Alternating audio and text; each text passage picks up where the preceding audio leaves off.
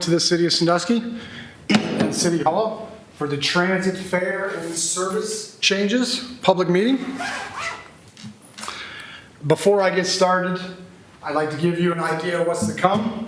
An agenda slide here. My attempt is to converse this to you in a dialogue where I say a few things, show you some information on the slide. We'll give you the opportunity to ask some questions, and then the meeting will be over. But before I go further, because I am standing in front of you today, an island of one does not accurately represent our transit system. Our transit system, by design, is a collaboration of many departments within the city. Departments like law and finance, public works, recreation, streets and signs, as well as collectively with police, EMS, and fire. However, I do represent the transit division here in the community development department. My name is James Stacy. I'm embarking on my third year as transit administrator. I am a local product here of Sandusky. I graduated from St. Mary's Central Catholic. I moved on my education to the University of Cincinnati, where I studied criminal justice and economics. And I brought my operational career locally here. I started at Republic Services. First as a general laborer, then as a driver, and then moved in to an office to dispatch 65 trash vehicles. I then accelerated my career to a managerial position on the east side of Cleveland called the Shelley Company, where I was financially responsible for a trucking division of over 125 construction trucks. And in my 17 years of experience, there is something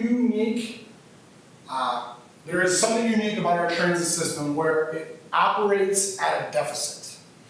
I am here to tell you today, ladies and gentlemen, that the City of Sandusky subsidizes the cost of transportation. However, due to the pandemic of 2020, the cost of transportation has ballooned outside of our funding sources allocated for transit at the detriment to other city departments that we mentioned earlier today, i.e. police, fire, and EMS.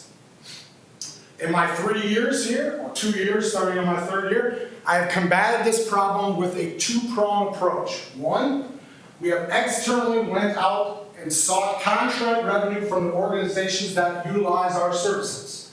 Contract revenue is then turned into the FTA, matched dollar for dollar, and has been the livelihood of our funding system ever since.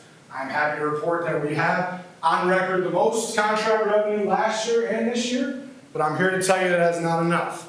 Second pronged approach, and specifically why we are here today, is that I am on a quest to systematically reduce operations to then fit our funding sources. 3 ways that we are going to combat that today is I'm going to explain that we are going to, 1, raise the fare increase for our fixed routes. 2, we are going to reduce the number of hours we operate, specifically on 2 lines. And 3, we are going to reroute or reimagine or restructure a line to reduce 7.5 miles and eliminate a safety concern. First, I'd like to present to you this evening, we are raising our fare price for fixed routes only 50 cents. And the logic and reasoning of this, as I mentioned, is 1, costs are up. Inflation, the value of dollar is down. That presents a gap in itself. But secondly, the reason we are putting this to $2 is so that we have a equal fair price amount. Where if we had $1.50 and you embarked on our vehicle with $2, our driver is not authorized for safety and security purposes to give change. They are not authorized to reach into their fare box to give you your accurate amount back. That instantly creates a negative experience. So, by doing so, at an equal fair amount, the passenger can present a driver equal fair amount without providing change.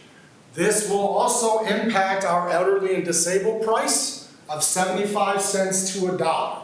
Keeping the logic and reasoning the same, fair price equal, no change given by drivers. We are reducing, the second service adjustment is we are reducing the hours of operation on our blue line and our yellow line. Specifically speaking, in our blue line, all year round, we operate 2 buses, 19 and a half hours a day, up and down Route 250. Ladies and gentlemen, I'm here to tell you that it is unsustainable for the funding sources allotted for our transit system to be operating 2 vehicles at 19 hours a day. I am proposing that we eliminate 1 hour in the beginning of the day from 5 a.m. to 6 a.m. and eliminating 2 hours on the back end going from 12:30 a.m. to 10:30 p.m. We estimate this will impact 11,400 trips or 31.5 trips per day. That will be negatively impacted with this at a proposed revenue gain of shown on the board. Also, I have examples to produce of other municipalities, of fares, as well as hours of operation. If anyone would like, I can present those at the end. But secondly, we are reducing the line of the yellow, we are reducing the operational hours for the yellow line as well.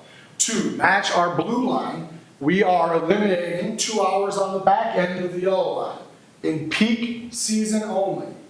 Those of you know, in February of 2023, we brought back the hours, reduced the hours of the yellow line for non-peak season or off-season, but this service reduction will specifically be for peak hours only.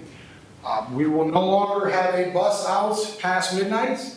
All buses to control universal staffing and hours will be in our FTA secured space parked for the evening at 10:30. As you can see, the reduction in cost on an annual basis on the bottom below. And lastly, we talked about fare increases. We talked about reduction of hours. Now we're going to reduce the miles traveled by 7.5 miles by eliminating our last stop, which is BGSU on our yellow line. We are going to reimagine it to end at Sawmill Creek. There are 2 reasonings for this. One, as I mentioned, our funding sources do not allow us to start from the base of the city of Sandusky to travel into the township of Huron, 16 hours a day. We estimate this will impact 390 rides-ish, or 1.08 rides per day that we are sending out to BGSU. We will also still service BGSU in our dial-a-ride. Our dial-a-ride service picks you up at your origin and drops you off at your destination. BGSU still will be serviced. However, we will not be transporting a bus 16 hours a day, that extra miles. And what you do not see, somehow my slide got cut off, we are anticipating a reduction on $65,000 annually on this stop alone, or this service change as well. This concludes my portion of the evening. Like I said, I did have, this is our second public meeting presented with the service changes.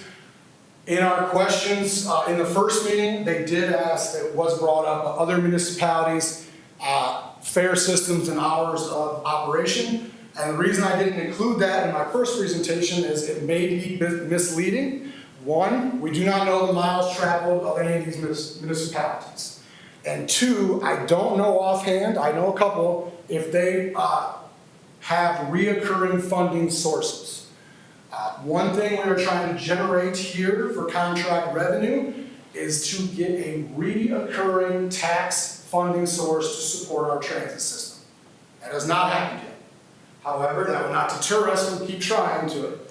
But from the municipalities I have looked up, to start with the fare increase, Cleveland RTA's fares are $2.50.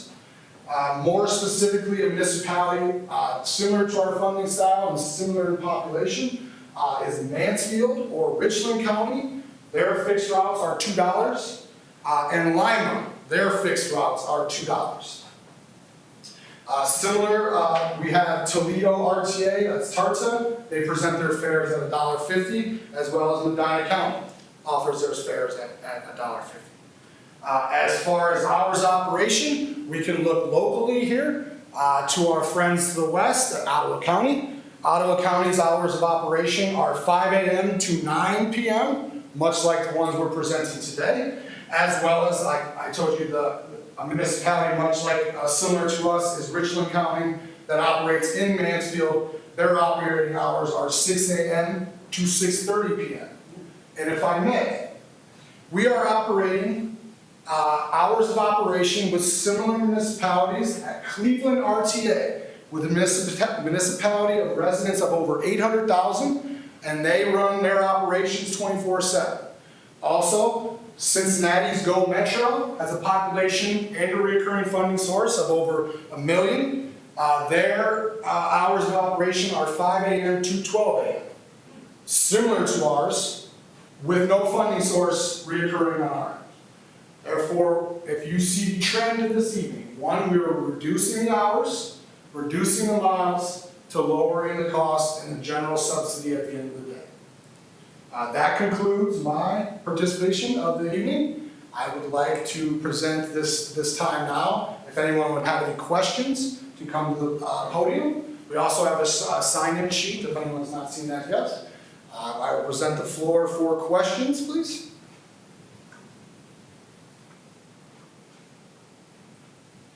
You did such a great job, there's no question. I'm going to be quiet. Okay. You got your questions in this morning. Here is something to offer. If you do not feel comfortably to publicly ask your question, I will be here for 30 minutes or so, if anyone would like to speak with me privately. As well as anyone that is negatively impacted with the service changes I have proposed this evening. My information is available, and I will personally get involved with the routing and scheduling of your trips. Thank you. Thank you, James. Colleen, do you have any few words about these? That's all I have. Well, I will say that we through James's leadership and through Commission's support, we looked at multiple opportunities or multiple changes, and the ones that were presented today, we feel result in the least impact to the least amount of people. So we're really trying to be sensitive and make sure folks can get to their destination, most specifically get to school or get to their place of work. So there's a lot of great sensitivity that went into that. And I'd also like to add, this is my second round of reductions. I'm very happy to report with our operations staff in front of us. These reductions, I'd like to put on public record, do not or are not at the expense of any transit employee as well, which was not the case the last time we reduced operational hours and or service. I would like that to be noted. Okay, if there's no questions, go ahead and enjoy this beautiful evening we're having. Hold on to your hats if it's kind of windy outside. And again, thank you, James, for... Yes, and this information will be available. The PowerPoint will be available on our City of Sandusky website, as well as the recording of both meetings will be presented on YouTube, I believe. Thank you, everyone, for your attendance and participation. Thank you.